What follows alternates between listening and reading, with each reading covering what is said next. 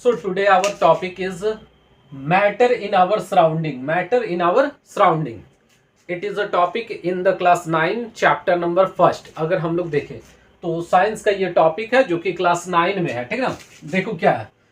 Anything that what is matter. If question is arise what is matter, then anything that occupy space, anything that occupy space and has a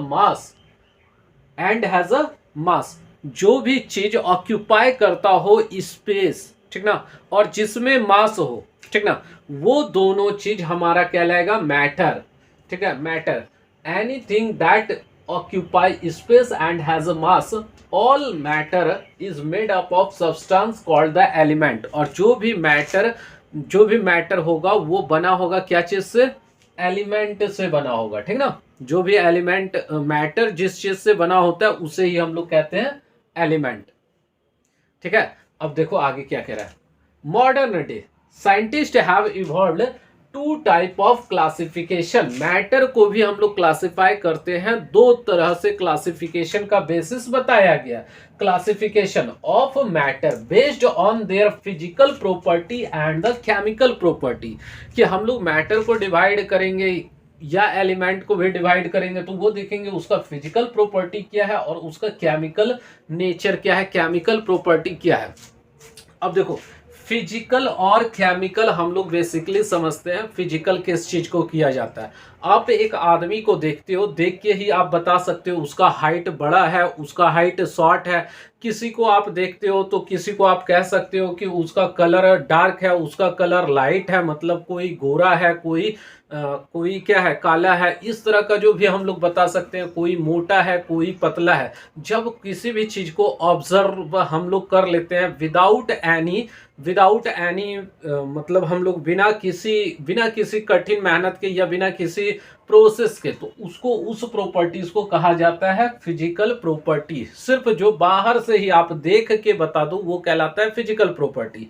जबकि chemical property क्या होता है, तो chemical property किसी भी substance का हम लोग को क्या करना होता है, हम लोग को बेसिकली उसको लैब में टेस्ट करना होता है. अलग अलग एलिमेंट के साथ उसको रिएक्ट करवा के देखना होता है. कभी हम लोग उसको एसिड के साथ रिएक्ट करवाते हैं, कभी हम लोग उसको बेस के साथ रिएक्ट करवा देते हैं, कभी ऑक्सीजन के साथ वो कैसा रिएक्ट करता है. तो इनसे जो हम लोग मतलब कि बेसिकली लैब में हम उस पर बहुत वर्क करके पता करते हैं, तो वो हो जाता है केमिकल प्रॉपर्टी.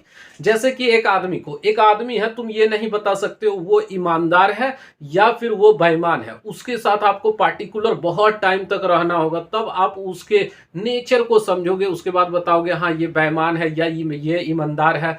तो ऑनेस्टी या डिसऑनेस्टी हम लोग का जो होता है वो हम लोग का जैसे अंदर का चीज है, हम लोग बाहर से नहीं दिखते हैं. ठीक ना. जैसे कोई चोर है तो वो बाहर से आपको चोर नहीं दिखेगा. ठीक ना. उसके नेचर को ऑब्जर्व करने के लिए आपको उससे बात करना होगा, उसके साथ आपको टाइम स्पेंड करना होगा, आपको उसका नेचर समझना होगा. साइकोलॉजिस्ट लोग जो करते हैं तो वो चीज से आप बता सकते हो वो चोर है, वो घमंडी है या फिर वो काइंड पर्सन है.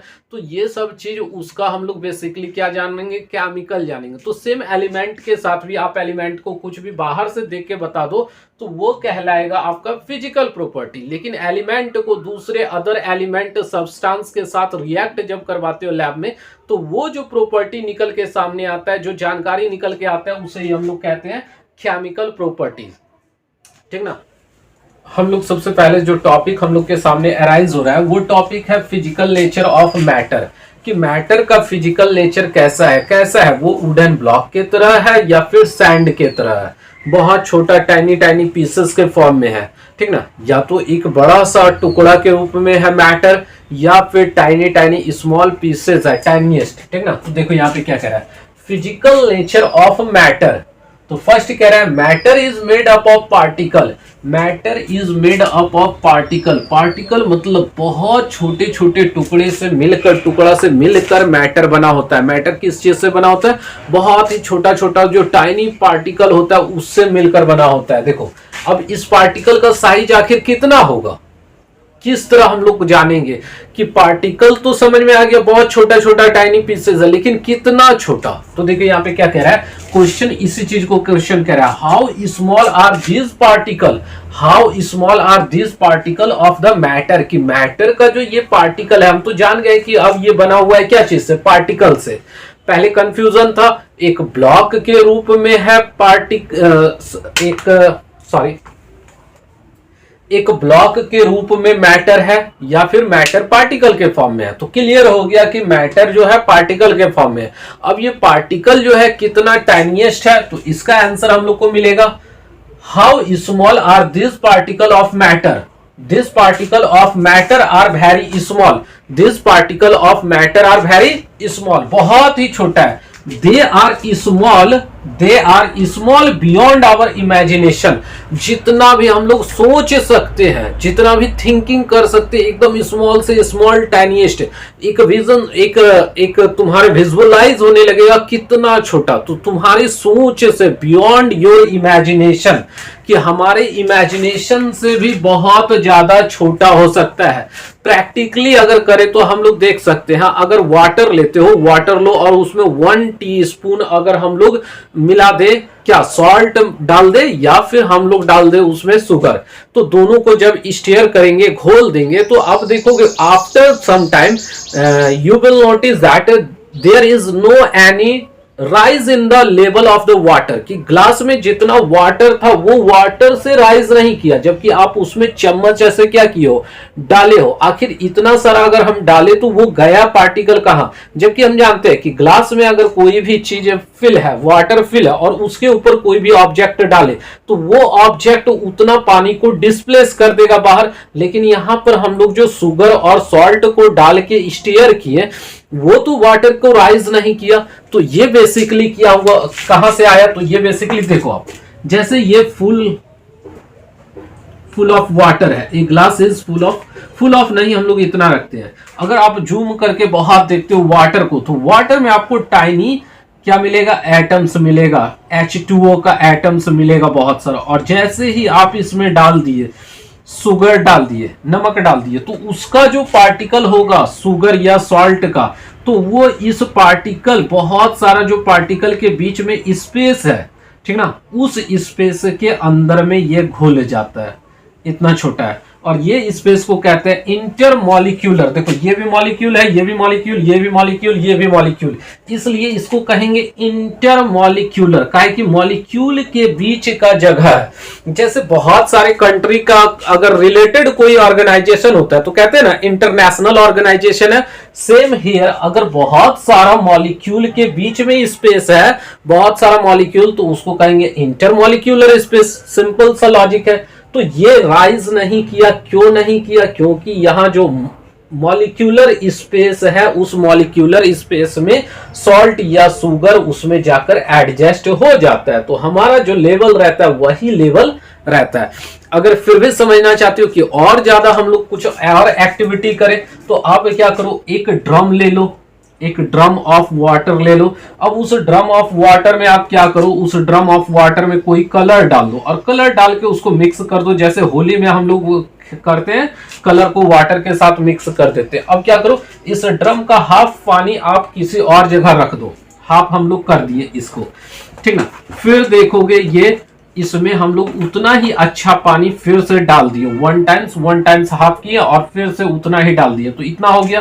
अब देखोगे फिर से उसको चला दो, तो फिर से देखोगे कि ये क्या है, ये तुम्हारा ग्रीन ही रहेगा, चाहे जिस भी कलर का कलर दो वो कलर ही रहेगा। पिंक अगर डालोगे पिंक होगा, रेड डालोगे रेड होगा, तो उतना ही मतलब उसी तरह कलर रहेगा। हाँ, थोड़ा डार्क कम होगा कलर, लेकिन ये कलर ग्रीन ही दिखेगा। फिर आप क्या करो, मिक्स कर लो, फिर इस हाफ को अलग रख दो और फिर जो बचा उसमें क्लीन वाटर फिर से डाल दो। इस तरह मेनी टाइम्स अगर करोगे, थाउजेंड्स ऑफ लीटर अगर तुम्हारा चेंज भी कर दो, तो भी जो रेड कलर या ग्रीन कलर, जो भी कलर हम लोग डाले हैं, उस कलर का पार्टिकल वाटर में मौजूद रहता है। और जैसे उसको आधा करते हैं, वो तो आधा चला जाता है, लेकिन यहाँ का जो आधा पार्टिकल बचा हुआ है, वो और सब जो क्लीन वाटर आता है उसके साथ में क्या होता है, एडजस्ट हो जाता है, ठीक ना। मतलब कि बहुत ज्यादा टाइनिस्ट है और बहुत नंबर में होता है कोई भी चीज का पार्टिकल। याद रखना किसी भी चीज का, चाहे वो छोटा सा कलर हो या कोई एसेंस ले लो महक वाला चीज, जैसे एक ड्रम में पानी डाल दो क्लीन वाटर और उसमें 2-3 बूंद अगर तुम डिटॉल का भी डाल देती हो, डिटॉल का लिक्विड जो होता है सॉल्यूशन वो डाल देते हो, तो वो डालकर आधा कर लो, फिर उसको आधा कर लो, फिर आधा कर लो, लेकिन इसका जो महक है, स्मेल वो बचा ही रहेगा। बहुत देर के बाद अगर चेंज भी कर देते हो तुम वाटर को तो भी स्मेल बचा हुआ रहता है। तो ये किस वजह से स्मेल किस वजह से रहता है, जो डिटॉल का हमारा क्या है पार्टिकल है। तो इसीलिए कहा गया है they are small beyond our imagination, particle are too much small. ठीक ना, कि पार्टिकल बहुत ही ज्यादा स्मॉल होता है। क्लियर है ये। अब चलो आगे चलते हैं। देखो आगे क्या है topic, characteristic of the particle of matter. हम लोग को पढ़ना है कि किसी भी मैटर का पार्टिकल का क्या कैरेक्टरिस्टिक होता है, उसका क्या क्या गुण होता है। कैरेक्टरिस्टिक मतलब प्रॉपर्टीज भी बोल सकते हो, कैरेक्टरिस्टिक मतलब गुण भी कह सकते हो।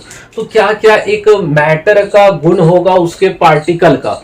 तो फर्स्ट गुण क्या कह रहा है, देखो particle of matter have a space between them, कि उसके बीच में कुछ खाली जगह होगा, space, have space between them. जैसे एक पार्टिकल ये ले ले, एक पार्टिकल ये ले ले, एक पार्टिकल ये ले ले, एक पार्टिकल ये ले ले। हम लोग बहुत सारा अगर पार्टिकल ले ले और उसको इस तरह हम लोग अरेंज कर दे, ठीक ना। और इस तरह हम लोग आगे एटम में देखेंगे कि एटम भी पार्टिकुलरली इसी तरह अरेंज रहता है। ठीक है, आप देखो ये कर दिया। अब ये जो बीच में इंटरमॉलिक्यूलर स्पेस जो पहले बताएं वही ये चीज है, इसे क्या कहेंगे, इंटरमॉलिक्यूलर स्पेस। यहाँ पर स्पेस हो गया, ये स्पेस है, यहाँ पे देखो तो आप ये स्पेस बच रहा है, ठीक ना, ये स्पेस सारा बच रहा है और यहाँ पर भी ये स्पेस, यहाँ पर भी बहुत सारा है। तो ये स्पेस क्या कहलाता है, इसे ही हम लोग कहते हैं मॉलिक्यूल के बीच में जो स्पेस पाया जाएगा उसे ही कहेंगे intermolecular space in a simple word. ठीक ना, तो ये समझ में आया कि इंटरमॉलिक्यूलर स्पेस किसको कहते हैं, तो जो मॉलिक्यूल के बीच में पाया जाता है, जो स्पेस लेफ्ट रह जाता है। ठीक है, अब देखो इसी चीज को कैसे लिखा है, particle of the matter have space between them. यहाँ हम लोग देख लीजिए पार्टिकुलरली कैसे स्पेस रहता है, तो have space between them. First property यही है, गुण याद रखना है आपको कि बहुत सारा पार्टिकल जब एक के साथ एक आके जुड़ता है तो उस केस में उसके बीच में कुछ ना कुछ स्पेस बन जाता है। ठीक ना, जैसे आप एक अगर हॉल में बहुत सारे स्टूडेंट को बैठा दो, फुल कर दो एक के बाद एक, लेकिन फिर भी देखोगे दो स्टूडेंट के बीच में कुछ छोटा कम जगह ही बचता है, तो वही हो गया इंटरमॉलिक्यूलर स्पेस, अगर स्टूडेंट को हम लोग मॉलिक्यूल मान ले। ठीक ना, फिर देखो सेकेंड नंबर क्या कह रहा है, particles of the matter continuously moving. जो भी पार्टिकल है मैटर का वो हमेशा क्या करता है, कंटिन्यूअसली मूव करता रहता है। अब कंटिन्यूअसली मूव करता है, इस चीज को हम लोग देखेंगे। ठीक ना, तो यहां पे हम लोग देखते हैं कि आप कुछ एक्टिविटी आप कर लो, जैसे कि आप अपने रूम के किसी कोने में अगरबत्ती जो होता है उसको रख दो। सिंपल, अगर अगरबत्ती रख देते हो तो तुमको उसका महक स्मेल के लिए कितना करीब जाना होगा, बहुत करीब जाओगे। अगरबत्ती को यहाँ लाके अगर स्मेल करते हो तब वो स्मेल आता है, लेकिन उसी अगरबत्ती को आप क्या करो, उसी अगरबत्ती को जला के और छोड़ दो, तो जब उससे धुआं निकलेगा, गैसेस निकलेगा, वो पूरे इन्वायरमेंट में आ जाता है। तो उससे निकलने वाला जो मॉलिक्यूल वगैरह है गैस के फॉर्म में, वो क्या होता है, एयर के साथ मिल जाता है और एयर में तैरने लगता है और दूर दूर तक पहुंच जाता है। तो ये होता है कंटिन्यूअसली मूविंग के कारण। ठीक ना, मैटर का जो होता है, मैटर का जो पार्टिकल वो कंटिन्यूअसली मूविंग है। या तुम पॉलन ग्रेन ले सकते हो, एक तुम क्या करो, कप पानी ले लो, वाटर ले लो, उसमें कुछ पॉलन ग्रेन डाल दो, तो तुम मोशन देखोगे पॉलन ग्रेन। ऐसा क्यों है, क्योंकि वाटर का जो इलेक्ट्रॉन प्रोटॉन मतलब एटम्स है वो जाके क्या करेगा, स्ट्रक्ट करेगा इसको। जब ये पार्टिकल को हम इधर से स्ट्रक्ट करेंगे, ये सडनली देखोगे इधर भागा, कोई आ रहा है यहां से निकल के फास्टली, वो इसको इधर से हिट किया तो ये यहां पहुंच गया। कोई इधर से आ रहा है पार्टिकल मूव करता हुआ, वो टकराया यहां से तो ये इधर पहुंच गया। तो तुम पॉलन ग्रेन को इधर इधर जिग जैग डायरेक्शन में, अनइवन डायरेक्शन में तुम जाता हुआ देखोगे। तो इससे पता चल जाता है हम लोगों को कि जो पार्टिकल होता है वो कंटिन्यूअसली मूविंग होता है। पहला कि पार्टिकल के बीच में, बहुत सारे पार्टिकल के बीच में स्पेस होता है। दूसरा हम लोग समझ लिए पार्टिकल जो होता है हमेशा कंटिन्यूअसली मूविंग होता है, और मूविंग होने के वजह से उसमें एक तरह का काइनेटिक एनर्जी वो पोजेस कर लेता है अपने साथ। और जब ऑटोमेटिकली एक पार्टिकल किसी एक एलिमेंट का पार्टिकल किसी अदर एलिमेंट के पार्टिकल के साथ आपस में मिल जाता है, ठीक ना, मूव करता हुआ मिल जाता है, डिसॉल्व हो जाता है एक दूसरे में, तो उसे हम लोग कहते हैं डिफ्यूजन। डिफ्यूजन किसे कहेंगे? तो डिफ्यूजन कहेंगे हम लोग, डिफ्यूजन का डेफिनेशन भी देख लेंगे।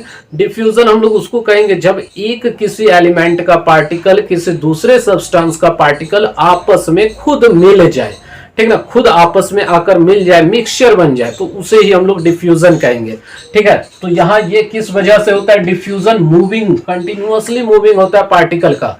अब तुम ये भी एक्सपेरिमेंट कर सकते हो, जैसे कि 2 बीकर ले लो, 2 बीकर में वाटर डाल दो, एक में तुम कलर डाल दो, पोटासियम परमैंगनेट कलर डाल दो, एक में तुम हनी थोड़ा सा गिरा दो, उसको छोड़ दो अनडिस्टर्ब, डिस्टर्ब मत करो, उसको कहीं साइड में रख दो। 1-2 दिन के बाद देखोगे पूरा हनी मिल गया ऑटोमेटिकली खुद से ही, और पूरा कलर वो ये हो गया, पोटासियम परमैंगनेट का कलर रेड हो गया। तो उसको कोई मिलाया नहीं, फिर भी वो घुल गया। ऐसा क्यों हुआ? और एक चीज, ये जो डिफ्यूजन है, डिफ्यूजन का रेट जैसे जैसे टेम्परेचर को इंक्रीज करोगे, जैसे जैसे टेम्परेचर इंक्रीज होगा सब्सटेंस का, वैसे वैसे डिफ्यूजन का रेट भी हाई हो जाएगा।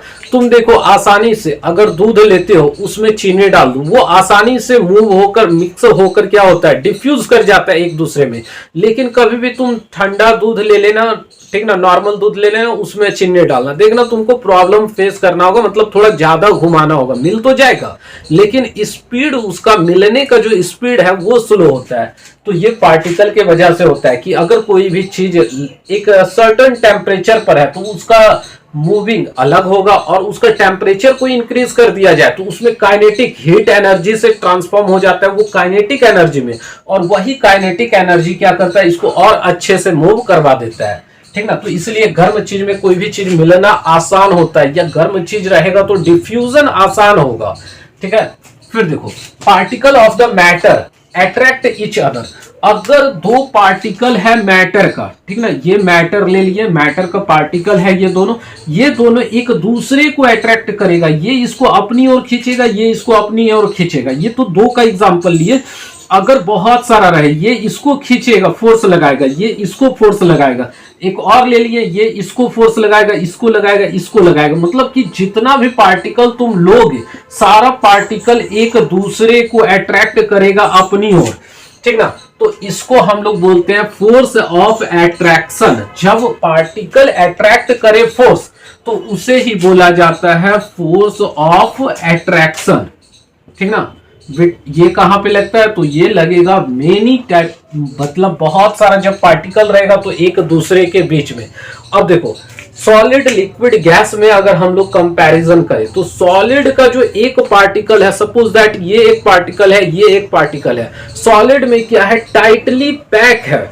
जो ये तुम्हारा है पार्टिकल एक दूसरे से टाइटली पैक है। देखो ये टाइटली पैक है, इसको हम छुड़ाना चाहें तो भी लॉक हो गया, तो भी ये नहीं छूटेगा क्योंकि ये टाइटली पैक है। अब इसके बीच में यहां पर तुम देखना, जब इस तरह पकड़े हुए हैं हम, तो इसके बीच में इंटरमॉलिक्यूलर स्पेस क्या ज्यादा है या कम है? तो इसको हम लोग आगे कंपैरिजन करेंगे। यहां देख लो, समझ लो कि ये टाइटली पैक रहता है तो इंटरमॉलिक्यूलर स्पेस बहुत कम होता है। क्या होता है? इंटरमॉलिक्यूलर स्पेस बहुत कम होता है। जैसे जैसे तुम्हारा फोर्स ऑफ अट्रैक्शन बढ़ेगा, इसमें क्या है? सारा उंगली आपस में एक दूसरे को पकड़ा हुआ है फोर्स ऑफ अट्रैक्शन से, तो जैसे बहुत ज्यादा फोर्स ऑफ अट्रैक्शन है तो हमारा जो है इंटरमॉलिक्यूलर स्पेस वो कम है। ठीक ना, फिर इसको थोड़ा सा लूज कर देते हैं। लूज कैसे होगा? पार्टिकल को गर्म करके। तो जैसे ही गर्म करेंगे तो ये देख लो, अब हो गया फोर्स ऑफ अट्रैक्शन कम। यहां अगर कोई आके मारे अगर हमारा, तो ये दोनों अलग हो जाएगा। ठीक ना, तो ये अलग हो गया। अब देखो यहां पर कितना ज्यादा तुम्हारा बीच बीच में गैप है, मतलब कि ये क्या हो गया, ये तुम्हारा इंटरमॉलिक्यूलर स्पेस बढ़ गया। क्यों बढ़ा? क्योंकि फोर्स ऑफ अट्रैक्शन कम हो गया, इसलिए स्पेस है जो थोड़ा अलग हो गया। अगर जब किसी भी एलिमेंट को और ज्यादा पार्टिकल को गर्म कर दोगे, जैसे जैसे हम बताए थे, जैसे जैसे तुम हीट को राइजेस करोगे, टेम्परेचर को राइजेस करोगे, वो ट्रांसफॉर्म हो जाएगा काइनेटिक एनर्जी में। एटम का जो काइनेटिक एनर्जी है वो कन्वर्ट हो जाता है, और एटम का काइनेटिक एनर्जी जैसे जैसे जैसे इंक्रीज करेगा वो अपना फोर्स ऑफ अट्रैक्शन को तोड़ता हुआ इन्वायरमेंट में उड़ जाएगा आसानी से। अभी तक ये दोनों पकड़ा हुआ था एक फोर्स ऑफ अट्रैक्शन से, लेकिन अब क्या होगा, ये दोनों पार्टिकल एक दूसरे से अलग हो गया, फ्री हो गया। अब ये हवा में, गैस में कन्वर्ट हो गया और उड़ गया, एक जगह से दूसरे जगह कहीं भी चला गया। जैसे कि स्मोक वगैरह हम लोग देखते हैं, तो ये वाला बात समझ में आया। फर्स्ट कि पार्टिकल जो होगा उसके बीच में, पार्टिकलों के बीच में क्या होगा, स्पेस होगा। उसके बाद वो कंटिन्यूअसली मूविंग करता रहता है। उसके बाद वो एक दूसरे को अट्रैक्ट करता है और वो जो फोर्स लगाता है अट्रैक्शन के लिए, उसे ही कहते हैं फोर्स ऑफ अट्रैक्शन। क्लियर? देखो, तो साइंस का जो टॉपिक हम लोग पढ़ रहे थे उसमें एक टॉपिक था हमारा क्या, डिफ्यूजन। डिफ्यूजन क्या होता है? जब इंटरमिक्सिंग होता है दो अदर टाइप का मैटर का, ठीक ना, दोनों मैटर एक जैसा नहीं होना चाहिए, दोनों मैटर अलग अलग टाइप का होना चाहिए, और वो अलग अलग मैटर, डिफरेंट मैटर क्या होगा, आपस में आके जब घुलेगा, इंटरमिक्स होगा, तो उसे ही हम लोग डिफ्यूजन कहेंगे। अब देखो, एज अ डेफिनेशन हम लोग रीड करते हैं सबसे पहले, और उसके थ्रू समझने का कोशिश करते हैं, ठीक ना, फिर सिंपल लैंग्वेज में समझेंगे। क्या कह रहा है? The particle of the matter, matter का जो पार्टिकल है, इंटरमिक्सिंग ऑन देयर ओन, जो खुद से इंटरमिक्स हो जाए, हमको मिलाने का जरूरत नहीं पड़े। जब हम लोग इंटरमिक्सिंग नहीं करें, वो अपने में सेल्फ, अपने से वो इंटरमिक्स हो जाए, ठीक ना। तो the particle of the matter intermixing on their own with each other, जो अपने से हो जाए, दिस इंटरमिक्सिंग ऑफ पार्टिकल, और इसी इंटरमिक्सिंग होने को, पार्टिकल के इसी इंटरमिक्सिंग होने को ऑफ टू डिफरेंट, यहां of two different type of matter is called the diffusion. वो क्या कहलाता है? वही कहलाता है हमारा डिफ्यूजन। इंटरमिक्सिंग होता है दो टाइप का मैटर का, ठीक ना। अब एक ये पॉइंट है कि देखो, जितना तुम उसको टेम्परेचर डाउन करोगे उतना डिफ्यूजन कम होगा, और जैसे temperature on heating diffusion become faster, कि जैसे जैसे हम लोग हीट करते जाते हैं मैटर को, ठीक ना, दोनों मैटर को हिट कर देंगे, वो उतना फास्टली एक दूसरे में डिफ्यूज होगा। जैसे कि अगर देख लो आप, जैसे अगरबत्ती जलाते हो, तो हम लोग बेसिकली क्या किए, कैंडल मतलब कि माचिस जलाए और उससे उसको हिट दिए, वो हवा में क्या हुआ, उसका मॉलिक्यूल पूरा घूमने लगा, गैस बनकर कन्वर्ट हो गया, और गैस उसमें चूंकि हीट ज्यादा है, गर्मी ज्यादा है, जैसे ही किसी चीज में गर्मी ज्यादा होगा वो इंटरमिक्स होना स्टार्ट हो जाएगा। तो इंटरमिक्सिंग कब बढ़ता है? जब हम लोग हीटिंग कर देते हैं, मतलब कि टेम्परेचर को राइज कर दिए किसी भी। अब देखो, जैसे बोर्ड पर हम कुछ भी चीज लिखकर छोड़ देते हैं, सपोज दैट ये लिखा हुआ रहेगा, लेकिन हम 1 दिन 2 दिन 3 दिन 4 दिन 5 दिन इसी तरह करते हुए इसको लिखा हुआ छोड़ दे बहुत दिनों तक, और जब आकर इरेज करेंगे, अभी तो पूरा क्लियरली इरेज हो जाएगा, लेकिन जब आकर इरेज करेंगे तो ये इरेज हमरे हो जाने के बाद भी यहां पर कुछ ना कुछ उसका एक सिंबल ये बना हुआ रहेगा, मतलब कि उसका मार्क यहां पर लगेगा इरेज करने के बावजूद भी बहुत सारा। ऐसा क्यों होगा? ये जो इंक का पार्टिकल है, ये इंक का पार्टिकल इस बोर्ड के पार्टिकल में ज्यादा अंदर तक क्या हुआ, ज्यादा अंदर तक चला गया, एक तरह से कहो समा गया, ऊपर से मिट जाएगा, लेकिन जो मेरा मार्क रहेगा वो रहेगा। जैसे आप देख सकते हो, पहले हम जो कल लिखे थे तो वो वाला नहीं मिटाए थे, तो रात भर में देखो ये इतना डार्क हो गया, आप लोग को शायद कैमरा में ना दिख रहा हो, लेकिन यहाँ पर बहुत सारा मार्क मुझको क्या दिख रहा है, कल वाला दिख रहा है। तो ये भी एक तरह से क्या हुआ, डिफ्यूजन हुआ। जैसे कि हम लोग किसी भी चीज डिलीशियस फूड को बनाते हैं तो उसका स्मेल काफी दूर तक जाना, ये क्या हुआ, उस फूड का जो पार्टिकल है वो हवा के साथ डिफ्यूज कर जा रहा है। गैस में डिफ्यूजन सबसे ज्यादा होगा, क्योंकि गैस बनता है तभी जब हम लोगों को क्या मिलता है, ज्यादा हीट मिलता है, ठीक ना। अब देखो, हीट ज्यादा मिलता है दो सॉलिड का डिफ्यूजन बहुत ही लेट, बहुत ही स्लो प्रोसेस है। दो लिक्विड का वो थोड़ा फास्ट है रिलेटिवली टू द सॉलिड, ठीक ना। और अगर गैस का देखेंगे तो गैस में बहुत ज्यादा फास्ट होता है डिफ्यूजन, ठीक ना। तो डिफ्यूजन याद रखना, सबसे कम सबसे स्लो होगा सॉलिड में, सबसे फास्ट होगा गैस में, ठीक ना। और मीडियम में, मीडिएटर में रहेगा हमारा लिक्विड। आप देखो वाटर ले लो और उसमें ड्रॉप ऑफ उजाला वगैरह कोई भी कलर का ड्रॉप गिरा अदर कलर का, तो आप देखोगे उसको घूमने में थोड़ा टाइम लगेगा, इवनली उसको स्प्रेड होने में थोड़ा टाइम लगेगा। चाहे ये टाइम हो सकता है 2 घंटा हो, 10 घंटा हो, 2 दिन हो, 10 दिन हो, लेकिन वो इवनली घुल जाएगा। लेकिन दो ऑब्जेक्ट अगर सॉलिड लाते हैं तो वो सडनली एक दूसरे में नहीं डिफ्यूज होगा, ठीक ना। उसके लिए टाइम चाहिए। जैसे आयरन के साथ हम लोग अगर मैग्नेट को चिपका के रख दे तो सालों साल रखने के बाद उस आयरन में मैग्नेट का गुण आ जाता है। तो ये भी क्या हुआ, डिफ्यूजन ऑफ मैग्नेटिज्म हुआ, कि जो आयरन था वो भी बिहेव करने लगा लाइक ए मैग्नेट, ठीक ना। ये हो गया। और जो कोई भी चीज अगरबत्ती वगैरह जलाते हैं, स्प्रे वगैरह करते हैं हम लोग, या फिर जो भी डीओ वगैरह लेते हैं, तो उसमें क्या होता है, बेसिकली वो गैस होता है और हवा भी गैस है, तो वो काफी इजिली वे में घुल जाता है, ठीक ना। तो ये डिफ्यूज काफी इजिली वे में हो जाएगा गैस, ठीक ना। गैस के लिए, डिफ्यूजन के लिए हम लोग को कुछ नहीं करना पड़ेगा। तो ये देख लो एज ए एग्जाम्पल, ये था डिफ्यूज।